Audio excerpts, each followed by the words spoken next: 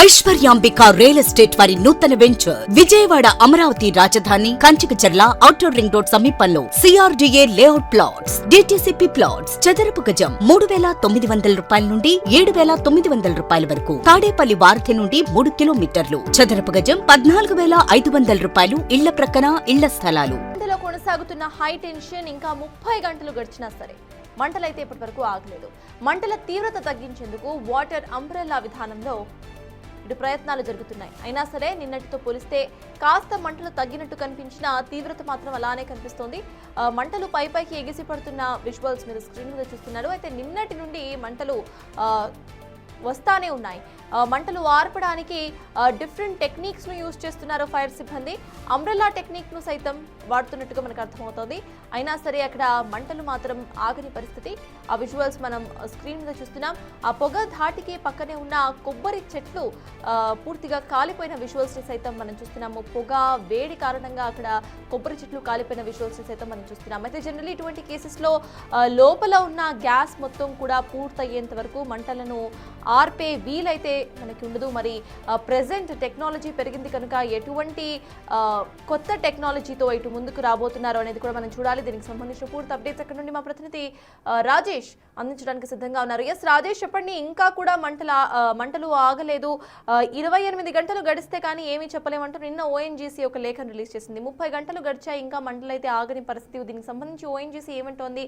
Leverage కు సంబంధించి ఏమైనా మాట్లాడుతుందా? అప్డేట్స్ ఏంటి రాజేష్? అంటే 30 గంటలు గడిచినా ఇంకా అక్కడ బ్లోఅవుట్ అనేది తగ్గడం లేదు. నిన్నటి మీద పోలిస్తే కొంత తగ్గుదల కనబడినప్పటికీ కంట్రోల్ అవ్వడానికి మాత్రం ఇంకా సమయం ఎక్కువ పట్టే అవకాశం కనబడుతుంది. ఇప్పటికే ఉదయం నుంచి పూర్తి స్థాయిలో వాటర్ స్ప్రే చేస్తూ ఆ మంటలను అదుపు చేసే ప్రయత్నం చేస్తున్నప్పటికీ దాని తీవ్రత సరిపోకపోవడం, రెండోది లోపల ఉన్నటువంటి రిగ్గింగ్ పాయింట్స్లో చమురు ఎక్కువగా ఉండడంతో బ్లోఅవుట్ అనేది చాలా ఎక్కువగా కనబడుతుంది. ఈ నేపథ్యంలోనే ఆల్టర్నేటివ్ మెథడ్స్ ద్వారా ఆ బ్లోఅవుట్ని కంట్రోల్ చేయాలని అధికారులు భావిస్తున్నారు. ఇప్పటికే గతంలో అంటే 1995లో సామర్లపూడికి సంబంధించినటువంటి ఇన్సిడెంట్కి సంబంధించినటువంటి విషయంలో వాటర్ అంబ్రెల్లా అనే విధానాన్ని అవలంబించారు. అప్పట్లో ఇప్పుడు అదే విధానాన్ని అవలంబించాలని భావిస్తున్నారు. దానికోసమే నరసాపురం నుండి ప్రధాన భారీ పరికరాలను ఇక్కడికి తరలించినటువంటి దృశ్యాలు మనం చూస్తున్నాము. ఇవన్నీ కూడా ఇరుముండకు సంబంధించినటువంటి గ్రామానికి మరి కాసేపట్లోకి చేరుకోబోతూ ఉన్నాయి. ఇది కూడా వాటర్తోనే చేసే విధానమే. కాకపోతే ఉదయం నుండి చేస్తున్నటువంటి స్ప్రే విధానం కాకుండా ఇది ఈ పరికరాలను ఉపయోగించి చాలా బలంగా ఫోర్స్గా వాటర్ని ఆ ప్రాంతంలోకి చొచ్చుకుని వెళ్ళేలా చేస్తారు. దానికోసం మనకు కనబడుతున్నటువంటి భారీ మిషనరీని తీసుకొచ్చారు. నరసాపురంలోని ఓఎన్జీసీ ప్లాంట్ నుంచి భారీ పరికరాలు ప్రస్తుతం ఇరుమండ గ్రామం వద్దకు చేరుకున్నాయి. అక్కడ ఉన్నటువంటి మొత్తం ప్రాంతాన్ని ఖాళీ చేసి వీటిని అక్కడికి చేర్చి అవన్నీ కూడా పెద్ద భారీ ఇంజన్లు వాటికి పైపులు కనెక్షన్ చేసి చాలా క్లోజ్గా తీసుకువెళ్ళి అంటే చాలా ఫోర్స్డ్గా వాటర్ని ఆ ఉన్నటువంటి బ్లోఅవుట్ మీద చల్లుతారు. తద్వారా బ్లోఅవుట్ని కంట్రోల్ చేయవచ్చు అనేది అధికారుల ఆలోచన కనబడుతుంది. దానికోసం భారీ యంత్రాలని తీసుకొచ్చారు. ఇవి మరి కాసేపట్లోనే ఆ సంఘటన ప్రాంతానికి కూడా చేరుతాయి. 30 గంటలైనా బ్లోఅవుట్ అనేది కంట్రోల్ కాకపోవడంతో పూర్తి స్థాయిలో దాన్ని అదుపు చేయడానికి ఆల్టర్నేటివ్ మెథడ్స్ టెక్నాలజీని ఉపయోగించి ఇవన్నీ కూడా తీసుకొచ్చారు. మరి కాసేపట్లో దీన్ని తీసుకువెళ్ళి అక్కడ వాటర్ని చల్లి బ్లోఅవుట్ని కంట్రోల్ చేసే పరిస్థితి అయితే ఉంది. మరోవైపు అధికారులు అంతా కూడా బ్లోఅవుట్ ఎప్పటిలోపు తగ్గుతుందనే స్పష్టమైన సమాచారాన్ని ఇవ్వలేకపోతున్నారు. వాస్తవంగా నిన్న ఘటన జరిగిన తర్వాత 24 గంటల పాటు ఈ బ్లోఅవుట్ ఉంటుందని చెప్పారు. కానీ దాని తీవ్రత ఇంకా అలాగే కొనసాగుతున్న నేపథ్యంలోనే తగ్గించడానికి ఇప్పుడు భారీ యంత్రాల సాయంతో వాటి కంట్రోల్ అయితే చేయబోతున్నారు. మరోవైపు ఇంతకుముందు చెప్పుకున్నట్లే 95లో జరిగినటువంటి ఆ ఇన్సిడెంట్లో వాటర్ అంబ్రెల్లా విధానం అవలంబించారు. ఇప్పుడు అదే విధానాన్ని కూడా అవలంబించాలని అధికారులు భావిస్తున్నారు. ఆ విధానం ద్వారా పూర్తిగా కంట్రోల్లోకి తేవచ్చని అధికారులు కూడా భావిస్తున్న నేపథ్యంలోనే దాన్ని కూడా ఇంప్లిమెంట్ చేసే అవకాశం కనబడుతుంది. ఇంకా టెన్షన్ వాతావరణం ఇరుపమండ గ్రామంలో కనబడుతుందని చెప్పాలి. ప్రజలు ఇంకా భయాందోళనకు గురవుతున్నారు. ఎందుకంటే ఆ బ్లోఅవుట్ అనేది ఇంకా ఎక్కువగా అలాగే కనబడుతున్న నేపథ్యంలో అది ఎప్పుడు తగ్గుతుంది, మా గ్రామానికి ఎప్పుడు వెళ్తాము, ఇళ్ళకి ఎప్పుడు వెళ్తామని ప్రజలంతా కూడా పునరావాస కేంద్రంలో వాళ్ళంతా కూడా చెబుతున్నారు. ప్రస్తుతానికైతే భారీ యంత్రాలన్నిటిని తీసుకొచ్చారు. వీటి సాయంతో పూర్తిగా ఈ యంత్రాన్ని కూడా అక్కడ ఇరుసుమండ గ్రామంలోకి తీసుకువెళ్ళి ఆ బ్లోఅవుట్ని కంట్రోల్ చేయడానికి ఈ మొత్తం అన్ని ఉపయోగించబోతున్నారు. ప్రస్తుతానికైతే కొంచెం స్వల్పంగా తగ్గిందని చెప్తున్నారు. కానీ పూర్తి పూర్తి స్థాయిలో లోపల ఉన్నటువంటి చమురు తగ్గితేనే దాని తీవ్రత తగ్గుతుందని చెబుతున్నారు. కాబట్టి చమురు తగ్గాలి. రెండోది ఆల్టర్నేటివ్గా పైనుంచి ఈ వాటర్ వెదజల్లడం కానీ లేకపోతే ఇప్పుడు వాటర్ అంబ్రెల్లా విధానం అవలంబిస్తే పూర్తి స్థాయిలో కంట్రోల్కి వచ్చే అవకాశం కనబడుతుంది. అయితే అది ఎప్పుడు కంట్రోల్కి వస్తుందో చెప్పలేని స్థితిలో అధికారులు ఉన్నారు కాబట్టి కొన్ని రోజులు సమయం పట్టే అవకాశం కూడా కనబడుతుంది. సార్ రాజేష్, వెల్లో గ్యాస్ కెపాసిటీ ఎంత ఉంది అనేది ఓఎన్జీసీ ఏమైనా స్పష్టం చేసిందా? వాళ్ళు జనరలీ డ్వెల్స్లో ఇంత గ్యాస్ కెపాసిటీ ఉంది అంటూ కూడా వాళ్ళు ఒక ఫామ్ను పెట్టుకుంటూ ఉంటారు. సో దానికి సంబంధించిన డీటెయిల్స్ ఏమైనా చెప్పారా? దాన్ని బట్టి ఇటు ఫైర్ సిబ్బంది ఎటువంటి అంచనాకు వస్తోంది, వాళ్ళు ఏమంటున్నారు? అంటే నిన్న ఇచ్చినటువంటి అప్డేట్ ప్రకారం 20 నుంచి 40 వేల క్యూబిక్ మీటర్ల చమురు లోపల ఉందనేది నిన్న ఇచ్చినటువంటి అప్డేట్. కానీ ఇప్పటి వరకు ఎంత ఉంది అనే దానిపైన ఓఎన్జీసీ అధికారులు క్లారిటీ ఇవ్వట్లేదు. ఎందుకంటే నిన్న బ్లో అవుట్ అనేది చాలా పెద్ద స్థాయిలో ఉంది. తర్వాత రాత్రి నుంచి తెల్లవారుజాము నుంచి కొంత తగ్గుతుంది వస్తుంది కాబట్టి చమురు కూడా దాని లోపల ఉన్నటువంటి చమురు కూడా నిదానంగా తగ్గుతుందని మాత్రమే చెప్తున్నారు. ఫిగర్స్ అనేవి వాళ్ళు బహిరంగంగా చెప్పట్లేదు, అధికారికంగా రిలీజ్ చేయట్లేదు. ఎందుకంటే దాన్ని మెజర్ చేయడానికి కూడా వాళ్ళకి కొంత ఇబ్బందికరంగా ఉంటుంది కాబట్టి దాన్ని చెప్పలేకపోతున్నారు. కాబట్టి ఖచ్చితంగా నిన్నటి మీద అయితే బ్లో అవుట్ తగ్గింది కాబట్టి లోపల చమురు లోపల తగ్గుతుంది కాబట్టి ఆ బ్లోఅవుట్ తగ్గుతుందని అధికారులు కూడా చెప్తున్నారు. పూర్తిగా చమురు తగ్గిన తర్వాత ఆటోమేటిక్గా బ్లోఅవుట్ అనేది తగ్గే అవకాశం ఉంది. దానికి ముందు ఇంకా తగ్గించడానికి ఆల్టర్నేటివ్ మెథడ్స్ పైనుంచి ఈ వాటర్ స్ప్రే చేయడం కానీ లేకపోతే వాటర్ అంబ్రెల్లా విధానాన్ని అవలంబించాలని అధికారులు భావిస్తున్నారు. దానికోసమే ఈ యంత్రాలన్నింటి కూడా తీసుకొచ్చినటువంటి సిచ్యువేషన్ అయితే ఉంది. సార్ చూడాలి మరి ఇవన్నీ ఇంప్లిమెంట్ చేసిన తర్వాత సాయంత్రం రాత్రికి ఇవన్నీ కూడా తీసుకువెళ్ళి దీన్ని అప్లై చేసే అవకాశం కనబడుతుంది. అప్లై చేసిన తర్వాత కొంత బ్లోఅవుట్ అనేది కొంత తగ్గే అవకాశం కనబడుతుంది. కానీ ఎగ్జాక్ట్గా ఎప్పుడు తగ్గుతుంది, ఇంకా ఎన్ని రోజులు ఈ బ్లోఅవుట్ ఉంటుందనే దానిపైన వాళ్ళకు కూడా పూర్తిస్థాయి సమాచారం అందట్లేదు. కాబట్టి కంట్రోల్ చేయడానికి ప్రయత్నాలు అయితే చేస్తున్నారు Sartaj. At the same time Rajesh, గతంలో 60 రోజులు పట్టినట్టుగా మనకి న్యూస్ ఆర్టికల్స్ చెప్తున్నాయి. అట్ ద సేమ్ టైం గతంలో ఆ సిట్యువేషన్ జరిగి 30 ఏళ్ళు అయ్యాయి. 30 ఏళ్ళు అయినా సరే అప్పుడు ఏదైతే పద్ధతులు అవలంబించారో సేమ్ అవే పద్ధతులతో ఈ గ్యాస్ లీకేజ్ని కంట్రోల్ చేయాలని చూస్తున్నారు. అంటే ఎటువంటి టెక్నాలజీ సహాయం ఇక్కడ తీసుకోవట్లేదు అనుకోవాలా? ఇంటర్నేషనల్ సపోర్ట్ను సైతం తీసుకుంటాము అంటూ కూడా ఓఎన్జీసీ నిన్న ఇటు పత్రికా లేఖలో రిలీజ్ చేసింది. సో ఇంటర్నేషనల్ సపోర్ట్ ఏ విధంగా వస్తోంది, దానికి సంబంధించి ఓఎన్జీసీ ఏమంటోంది?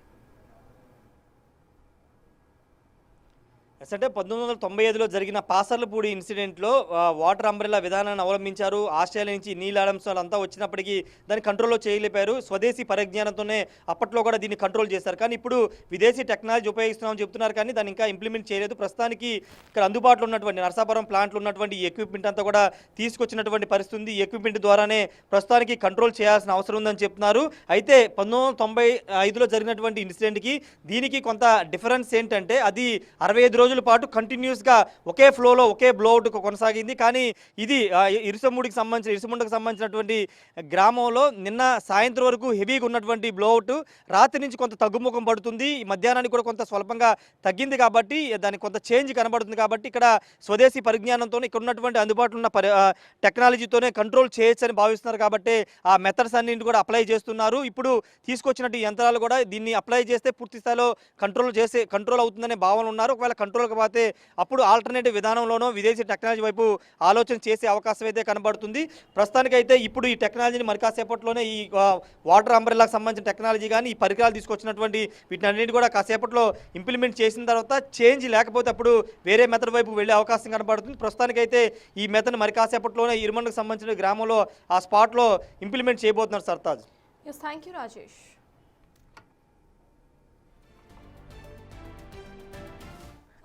ఇక విజువల్స్లో మనం చూస్తున్నాము నిన్నటి విజువల్స్ అండ్ ఇవాల్టి విజువల్స్ని మనం చూస్తున్నాము. నిన్నటి విజువల్ మీరు చూస్తే ఇటు మంటలు ఏ రకంగా అక్కడ ఎగిసి పడుతున్నాయో మనకి క్లియర్గా కనిపిస్తోంది. భారీ స్థాయిలో ఇటు మంటలు ఎగిసి పడుతున్నాయి. అయితే ఇవాల్టి విజువల్స్లో కాస్త మంటల కెపాసిటీ అనేది తగ్గింది.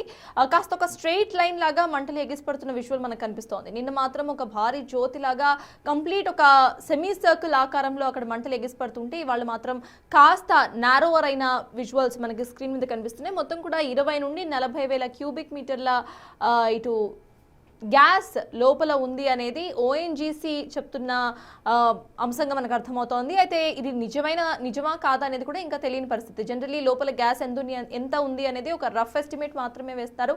సో ఈ రఫ్ ఎస్టిమేట్తో 20,000 to 40,000 cubic meters of gas లోపల ట్రాప్ అయి ఉంది అనేది మేజర్ రఫ్ ఎస్టిమేషన్. సో ఈ ఎస్టిమేట్తో ఇంకా ఎన్ని రోజులు ఈ బ్లో అవుట్ అనేది కొనసాగుతుంది అనేది ఇటు అధికారులు చెప్పాల్సిన అంశం. అయితే నిన్నటి వరకు 24 గంటలు లేదా 28 గంటల్లో బ్లో అవుట్ కంప్లీట్గా ఇటు కంట్రోల్లోకి వస్తుంది అంటూ కూడా అధికారులు చెప్పినా సరే, ఇవాళ ఇంకా 30 గంటలు గడుస్తున్నా సేమ్ అదే సిచ్యువేషన్ మనం చూస్తున్నాము. వాటర్తో అక్కడ ఫైర్ని అయితే కంట్రోల్ చేసే పరిస్థితి, ట్యాకిల్ చేయడానికి అక్కడ చూస్తున్న పరిస్థితి. ఇంకా ఇమీడియట్గా కూడా ఇటు అంబ్రెల్లా వాటర్ స్ప్రేయింగ్ స్టార్ట్ చేసి ఫైరింగ్ ఇంకాస్త తగ్గించే ప్రయత్నం అయితే చేస్తారు అనేది అర్థమవుతోంది. నిన్నటి విజువల్ మనం చూస్తున్నాం, భయంకరంగా అక్కడ మంటలు ఎగిసిపడుతున్నాయి. మంటతో పాటు పొగలు సైతం అంతే భయంకరంగా వస్తున్నాయి. అయితే ఇవాల్టి విజువల్స్ నిన్నటి నుండి ఇవాల్టి వరకు వాటర్ స్ప్రేయింగ్ అనేది కంటిన్యూస్గా జరుగుతూనే ఉంది. ఆ వాటర్ స్ప్రేయింగ్ వల్ల కాస్త మంట తీవ్రత అనేది తగ్గింది. అయితే వాటర్ స్ప్రేయింగ్ వల్ల మాత్రమే ఈ మంట తీవ్రత తగ్గిందా, లేకపోతే లోపల గ్యాస్ సైతం అయిపోవస్తుందా అనేది ఇంకా తెలియని విషయం. గ్యాస్ మొత్తం అయిపోయేంత వరకు మంటల తీవ్రత అయితే కొనసాగుతూనే ఉంటుంది. అందుకే ప్రెసెంట్ అయితే అధికారులు ఇంకొన్ని రోజులు సమయం పట్టే అవకాశం సైతం ఉంది అన్నట్టుగా అధికారులు స్పష్టంగా చెప్పినట్టు ఇందాక మా ప్రతినిధి రాజేష్ చెప్పే ప్రయత్నం అయితే చేశారు. మరి ఇంటర్నేషనల్ సపోర్ట్ తీసుకుంటారా, లేకపోతే 1995లో జరిగిన ఘటన ఏదైతే ఉందో దాని ద్వారా అప్పట్లో ఫైర్ రెగ్యులేషన్ చేయడానికి మొత్తం 60 రోజుల సమయం పట్టింది. సేమ్ అదే మెథడ్ని ఇప్పుడు కూడా వాడతారా అనేది మనం చూడాలి. అయితే ప్రతిసారి కూడా ఇటువంటి సిచ్యువేషన్స్ ఎందుకు జరుగుతున్నాయి, ఎందుకు ఎటువంటి జాగ్రత్తలు తీసుకోవట్లేదు అనేది మేజర్ క్వశ్చన్. 30 years బ్యాక్ ఏదైతే సిచ్యువేషన్ అరైజ్ అయిందో సేమ్ అదే సిచ్యువేషన్ ఈ రోజు కూడా అరైజ్ అయింది. అయితే 1995లో ఉన్న టెక్నాలజీకి 2025లో ఉన్న టెక్నాలజీకి చాలా డిఫరెన్స్ ఉంది. అయినా అప్పుడు ఏదైతే ప్రాబ్లం ఫేస్ చేశారో అక్కడి ప్రజలు, ఈ రోజు కూడా కోనసీమ ప్రజలు అదే ప్రాబ్లమ్ని ఫేస్ చేస్తున్నారు. అండ్ అక్కడ ఫైర్ సిబ్బంది సైతం అంతే కష్టపడుతోంది. అప్పట్లో ఏదైతే మెథడ్స్ని వాడారో, ఈ అంబ్రెల్లా వాటర్ స్ప్రేయింగ్ మెథడ్ కానివ్వండి, లేకపోతే ఇంకేమైనా మెథడ్స్ ఏవైతే ఉన్నాయో సేమ్ అవే మెథడ్స్ని ఇప్పుడు కూడా ఫైర్ సిబ్బంది వాడుతున్నారు. అంటే ఎటువంటి టెక్నాలజీ డెవలప్ అవ్వలేదా, లెవరేజ్ సిస్టమ్ ఎందుకు అక్కడ ఏర్పాటు చేయలేదు, ఏర్పాటు చేయడం సాధ్యమా, సాధ్యం కాదా అనేది మేజర్ క్వశ్చన్స్, ప్రజలు వేస్తున్న మేజర్ క్వశ్చన్స్గా వినిపిస్తున్నాయి. మరి దీనికి సంబంధించి ఓఎన్జీసీ ఏం చెప్తోంది, అండ్ ఈ సిచ్యువేషన్ అనంతరం కూడా ఫర్దర్గా ఇటువంటి సిచ్యువేషన్స్ మళ్ళీ రాకుండా, ఇటువంటి ఘటనలు మళ్ళీ పునరావృతం కాకుండా ఎటువంటి జాగ్రత్తలు తీసుకుంటుంది అనేది ఓఎన్జీసీ చెప్పాల్సిన అవసరం అయితే కనిపిస్తోంది.